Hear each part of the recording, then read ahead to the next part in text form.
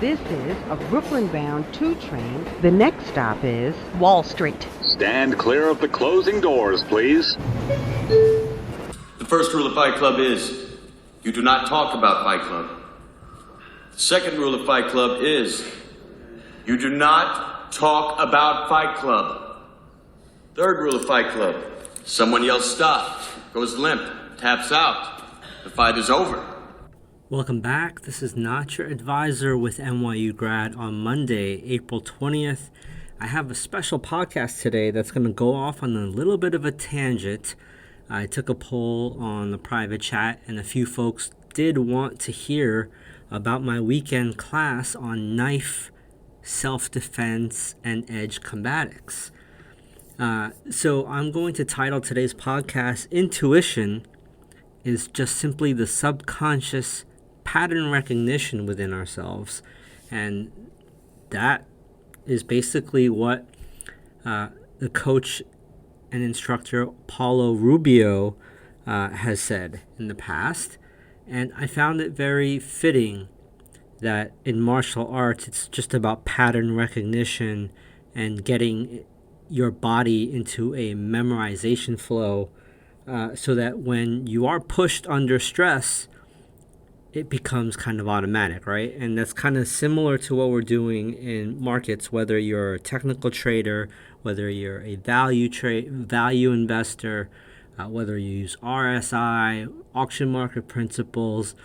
We are all looking for patterns that we recognize that has worked well or hasn't worked in the past to execute future decisions.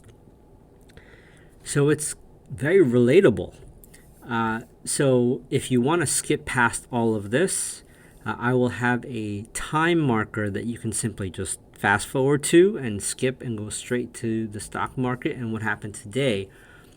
But with everything going on in the world, I live in Manhattan, which has archaic laws of self-defense.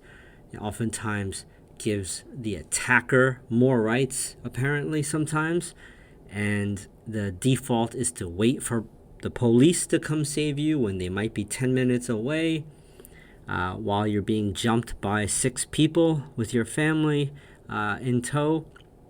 So I just had a gut feeling, an instinct, intuition to take a course, a seminar. It's a one-day session.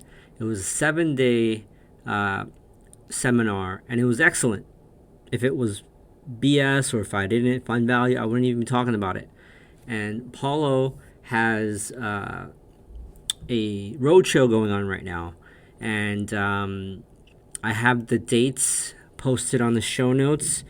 He will be going to Phoenix, Arizona, and Houston coming up as well. In July 11th, he's in LA, and then he's in Upland, California, Montreal, Canada, Portugal, Switzerland.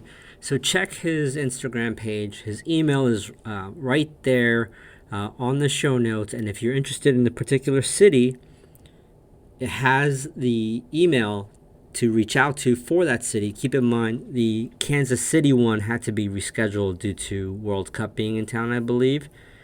But it was a 7-day class, 7-hour seminar, and it was hands-on, a lot of practical applications. You start slow and you build up faster and faster as you feel comfortable. I have zero experience, ladies and gentlemen. I'm talking about, like, I took Taekwondo when I was like 10 years old. Okay, that's it. And I found the drills easy to, not super easy because there's cognitive load, right? Like you're trying to memorize a new thing while under some stress, imagining you're working with a real knife, but you're working with a practice or training knife, and the speed gets a little faster and faster as you go throughout the day. You're learning new drills and you're forgetting the old drill after you learn the new drill. So there's cognitive load, and that helps you potentially in the future when there might be a stressful situation that arises.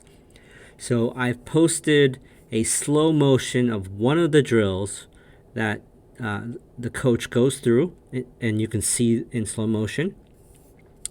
The second video that I posted is the coach Paulo. I believe this video is him in his home city going through another base drill, more in maybe not attack speed, but more real speed. So you can see what this looks like from a first person point of view with a partner, aka an attacker. And I want to also put this out there. He actually goes through this as well in the seminar. A knife travels basically at the speed of a blink.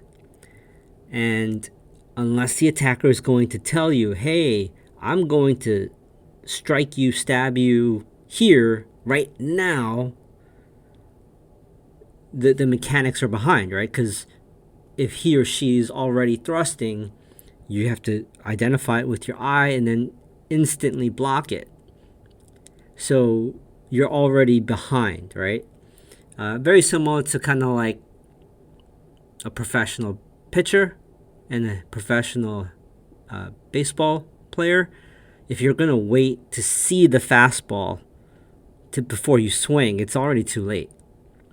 There are cues before the pitch happens that these professionals are looking at, right? Whether it's a baseball, whether it's a soccer, football, kick, you get the picture. It's very fast. And if you don't believe me, I'm also going to share a police footage in Bellevue, Washington, where two police officers or multiple police officers respond to a gentleman who actually baited police officers to a crime scene that never happened with the purpose or intent to knife them. And it's graphic, so if you don't want to watch, I'll just explain real quick.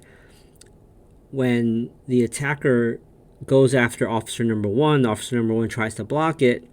Before he can pull out his weapon to shoot and tell him to drop the knife, the second officer tried to bum rush him. I don't know why he would close the distance if the person has a knife. That's the last thing you do, because if you're 10 feet away, that's to your advantage.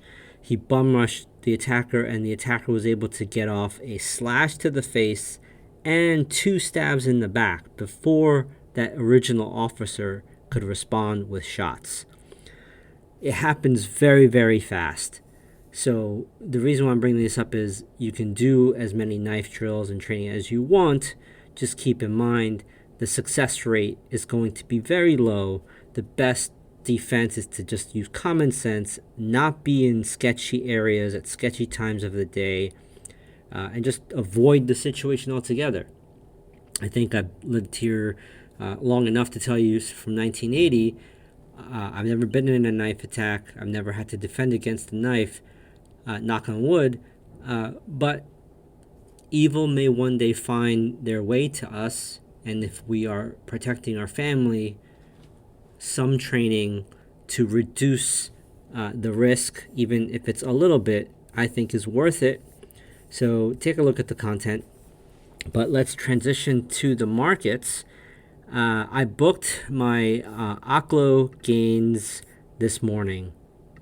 No stops were hit or anything like that.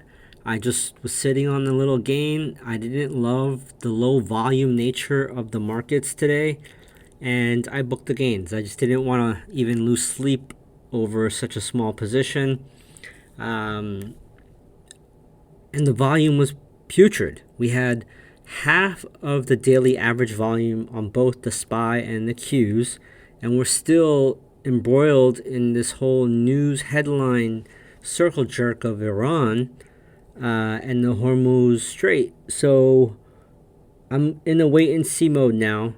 Cash is a position. Now, I'm not in all cash, but I have a portion of it that I do trade with in cash. I'm still net long a lot of my energy and safety names. But taking a quick look at breadth, we had 305 new highs today, 50 new lows, 52% advanced versus 45% declined. 35% of stocks were below their 50-day, and 47% of stocks were below their 200-day. There were 32 profitable NASDAQ companies making new session highs, including many names from the semiconductor index. So that trade is still working. You had Marvell, AMD, On Semiconductor, Global Foundries, Texas Instruments, Analog Devices, Vico Instruments, which we talked about, Entergis. List goes on and on. There were 26 NYSE profitable companies making new highs today, including names like Dell, Arista Networks, Target, Wisdom Tree, Vertiv Holdings, Coherent, State Street, and check out that list. Energy led the way, up 0.4%. Industrials was up 0.38%. Real estate, 0.25%. And tech was up 0.18%. Communication services led to the downside, down a little over 1%. Healthcare was down 0.8%. Utilities down 0.75% as well.